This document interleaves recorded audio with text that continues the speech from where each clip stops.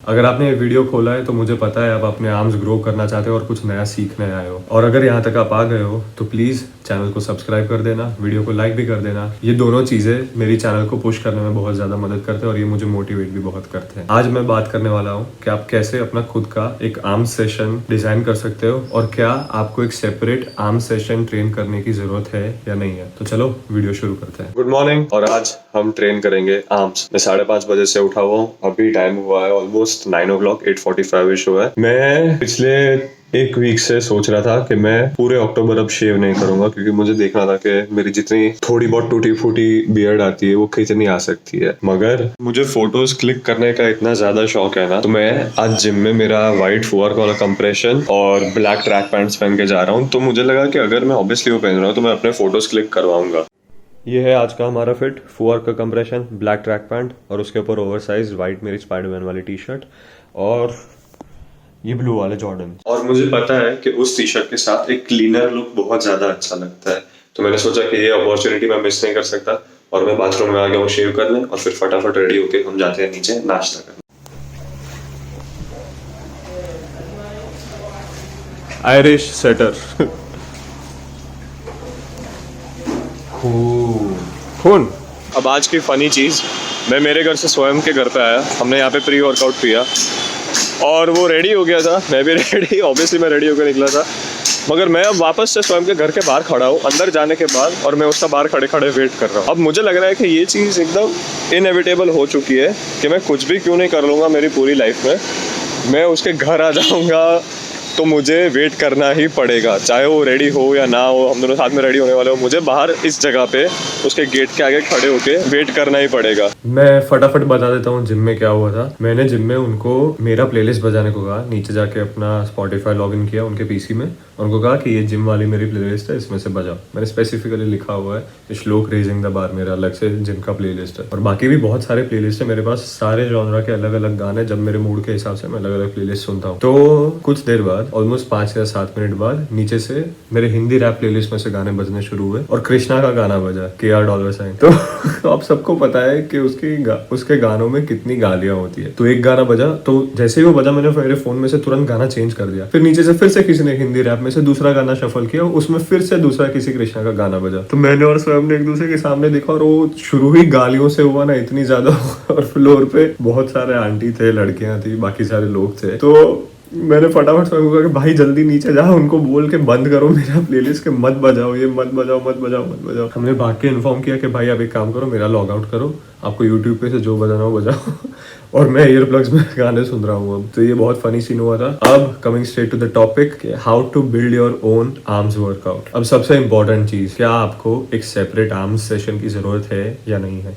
क्या आपके आर्म्स, आपको ऐसा लग रहा है कि लैग कर रहे हैं आपके बाकी सारे बॉडी पार्ट्स के हिसाब से? कि आप बहुत टाइम से पुश पुल स्प्लिट फॉलो कर रहे हो, push pull legs split follow कर रहे हो, और आपको ये अंदर से पता है कि भाई आप अपने ट्राइसेप्स या बाइसेप्स लास्ट आपके एंड ऑफ द वर्कआउट में बहुत कैजुअली हिट करके चले जाते हो क्योंकि आप ऑलरेडी बहुत एग्जॉस्टेड हो? क्या आपको ऐसा फील होता है कि आपके आर्म्स ग्रो नहीं हो रहे compare to your other body parts जितना होना चाहिए था? तो फिर आपको एक सेपरेट आर्म सेशन की जरूरत है। अब किस तरह से आप अपना आर्म सेशन स्टार्ट कर सकते हो? मैं मेरे आर्म सेशन हमेशा शोल्डर प्रेसेस से स्टार्ट करता हूँ। अब किसी भी आर्म सेशन में आप या तो सिर्फ बाइसेप और ट्राइसेप्स ट्रेन कर सकते हो और साथ में फोर आर्म्स, या तो फिर आप शोल्डर, बाइसेप्स, ट्राइसेप्स ट्रेन कर सकते हो। इसका ऑर्डर किसी भी तरह से हो सकता है। फॉर एग्जाम्पल, जैसे मुझे पता है कि मेरे शोल्डर्स प्रेसिंग मूवमेंट में बहुत पीछे है मेरे कंपेयर टू बाकी सारे लिफ्ट्स, तो मैं सबसे पहले हमेशा शोल्डर प्रेसेस से स्टार्ट करता हूँ। क्यों? क्योंकि मैं उस वक्त सबसे ज़्यादा फ्रेश फील कर रहा हूँ, मेरे बॉडी ने किसी भी और तरह की एक्सरसाइज अभी नहीं की है,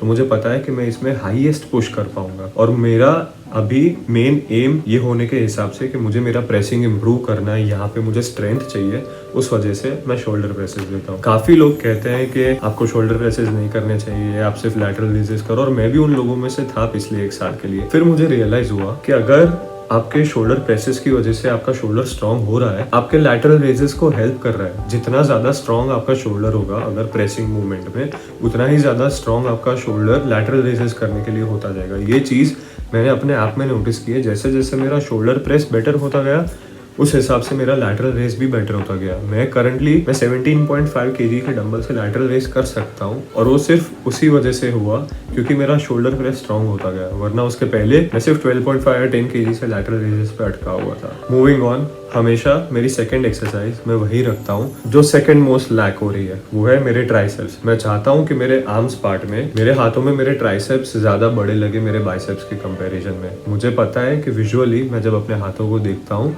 तो मेरे बाइसेप्स और ट्राइसेप्स कभी कभी बहुत इक्वल लुक देते हैं एक हाथ को, और मुझे ऐसा फील होता है कि अगर मेरे ट्राइसेप्स ज़्यादा बड़े होते मेरे बाइसेप्स के कंपैरिजन में तो मेरा हाथ ऑटोमेटिकली बहुत ज़्यादा बड़ा लग सकता था। तो इसलिए मेरी सेकंड मूवमेंट हमेशा ट्राइसेप्स की एक रोप ट्राइसेप पुश डाउन होती है। अब हाँ, शोल्डर प्रेसेस की बात की तो आप अपने प्रेफरेंस और कंफर्ट लेवल के हिसाब से किसी भी तरह का शोल्डर प्रेस कर सकते हो। मैं ये नहीं कहूँगा कि मशीन शोल्डर प्रेस बेस्ट होता है, आपके हिसाब से, आपके माइंड मसल कनेक्शन के हिसाब से, और आपको जो सबसे ज़्यादा एक्सरसाइज कंफर्टेबल लगती हो जिसमें आप अच्छे से प्रोग्रेस कर पाओ, वैसी कोई एक्सरसाइज पिक करो। और वो चीज़ हर एक एक्सरसाइज के बारे में होनी चाहिए।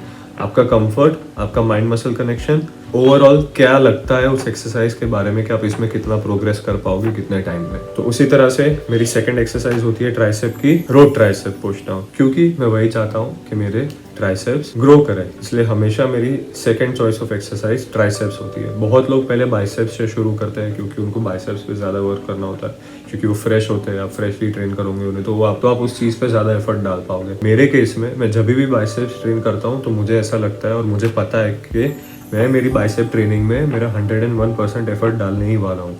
जो चीज़ जब मैं push pull leg split follow करता था तो मेरे ट्राइसेप्स बहुत ज़्यादा लैग करने लगे थे, क्योंकि मैं चेस्ट ट्रेन करने के बाद और शोल्डर्स ट्रेन करने के बाद बहुत ज़्यादा थक जाता था। अब किसी भी आर्म्स डे स्प्लिट को आप इस हिसाब से देख सकते हो। मैं लैटरल रेजेस आर्म्स डे पे नहीं लेता क्योंकि मैं वो चेस्ट डे पे फिनिश कर देता हूँ, और मैं आर्म्स डे पे सिर्फ शोल्डर प्रेसेस रखता हूँ। तो मैं उस दिन सिर्फ टोटल 5 से 6 एक्सरसाइजेस करता हूँ। एक हो गई शोल्डर प्रेस, 2 ट्राइसेप्स के वेरिएशन, 2 बाइसेप्स के वेरिएशन, और बहुत ज्यादा स्ट्रेंथ बची तो एक और ट्राइसेप का कोई एक सेट, और फोर आर्म्स मैं प्रोनेशन और सुपिनेशन दोनों तरीकों से हिट करता हूँ। इजी लैंग्वेज में कहूँ तो एक हो गया पाम्स अप, एक हो गया पाम्स डाउन। मैंने मेरा पूरा वर्कआउट दिखाया हुआ है जो है my complete arms workout Mike Mentzer method के हिसाब से, और अभी हम इस बारे में बात कर रहे हैं कि आप अपना खुद का एक आर्म्स डे कैसे डिजाइन कर सकते हो। अब देखो, अगर वेरिएशन की बात करें तो मेरी दोनों एक्सरसाइजेस, क्योंकि मैं हर एक्सरसाइज में सिर्फ एक वर्किंग सेट के लिए ट्रेन करता हूँ, तो मेरी हर एक्सरसाइज अलग होती है।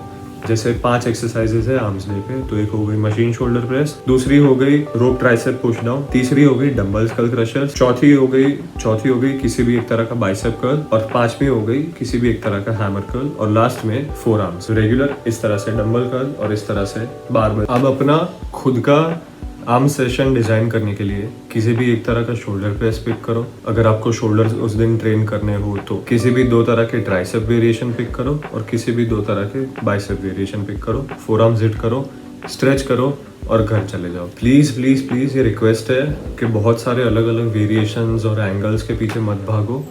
हमारी आर्म्स ट्रेनिंग बहुत ही सिंपल होती है, हमारे मसल्स का बहुत ही एक सिंपल फंक्शन होता है, जो चीज़ मैं बहुत अच्छे से मेरे पूरे आर्म्स वर्कआउट वाले वीडियो में एक्सप्लेन कर चुका हूँ। तो अलग अलग वेरिएशंस के पीछे भाग के अपना टाइम वेस्ट आपको नहीं करना चाहिए। इन तीन मसल ग्रुप को इस तरह से प्लेस करो कि जो चीज़ आपकी सबसे ज़्यादा वीक है या जिस चीज़ पे आप सबसे ज़्यादा वर्क करना चाहते हो, एफर्ट डालना चाहते हो, उस चीज़ को सबसे पहले प्लेस करो। मेरे केस में वो हो गया शोल्डर प्रेसेस। अगर आप ट्राइसेप्स ग्रो करना चाहते हो, मतलब उसमें सबसे ज़्यादा एफर्ट डालना चाहते हो, तो ट्राइसेप्स को फर्स्ट पिक करो।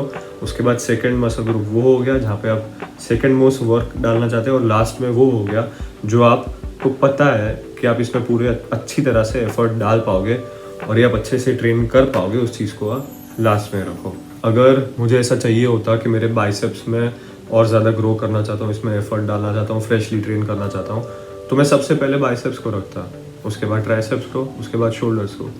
तो इस एग्जांपल से मुझे पता है कि आप लोगों को कंप्लीट आइडिया आ गया होगा कि मैं किस चीज़ की बात कर रहा हूँ। और एक्सरसाइजेस पिक करने में प्लीज़ ऐसी एक्सरसाइजेस ही पिक करो जिसमें आप बहुत ज़्यादा कंफर्टेबल हो, जिसमें आपको पता है कि आप अच्छे से प्रोग्रेस कर सकते हो, और ऑब्वियसली सेफ्टी मेजर्स को ध्यान रखते हुए कि आपकी बॉडी की मोबिलिटी कितनी है, आपको कैसा फील हो रहा है, उस हिसाब से एक्सरसाइजेस पिक करो। किसी को भी इंस्टाग्राम पे या यूट्यूब पे देख के उसके exact cut to cut exercises आपको फॉलो करने ज़रूरी नहीं है। ये चीज़ बहुत ज़्यादा इंपॉर्टेंट है कि आपका माइंड मसल कैसा है। सेकेंड, अगर साइंस को बैक करके बात करें हम, तो आपका बॉडी कैसा है, आपकी मोबिलिटी कैसी है उस एक्सरसाइज को परफॉर्म करते वक्त, बहुत ज़्यादा इंपॉर्टेंट चीज़ है ये 3। तो इन सारी चीज़ों को ध्यान में रखते हुए आप अपने लिए एक बहुत ही अच्छा और बेसिक और इफ़ेक्टिव आर्म्स वर्कआउट बना सकते हो।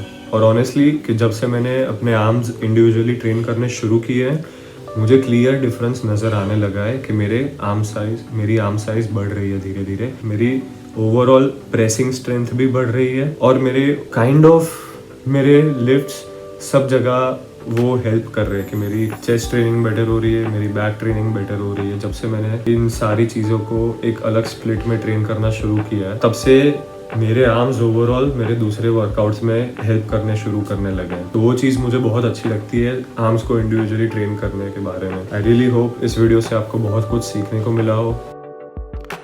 आई रियली होप आप अपने लिए एक अच्छा वर्कआउट बना सको इस वीडियो को देखने के बाद। और अगर आपको एक्सरसाइजेस पिक करने में अभी भी बहुत बोरियत आ रही है, तो प्लीज़ मेरा कंप्लीट आर्म्स वर्कआउट जाके देखो। मैंने लिंक नीचे डिस्क्रिप्शन में डाला हुआ है। उस वीडियो को सुनो, समझो। अगर आपको वो वीडियो भी ना देखना हो तो उस वीडियो के डिस्क्रिप्शन में मैंने वो सारी एक्सरसाइजेस लिस्ट की है जो मैं ट्रेन करता हूँ। सो फिर से आई रियली होप ये वीडियो आपको अच्छा लगा हो और यहाँ तक पहुँच गए हो तो प्लीज़ चैनल को सब्सक्राइब कर देना और इस वीडियो को लाइक कर देना। इन दोनों चीज़ों से ये चैनल ग्रो करने में मेरी बहुत ज़्यादा मदद करता है। और I will see you soon.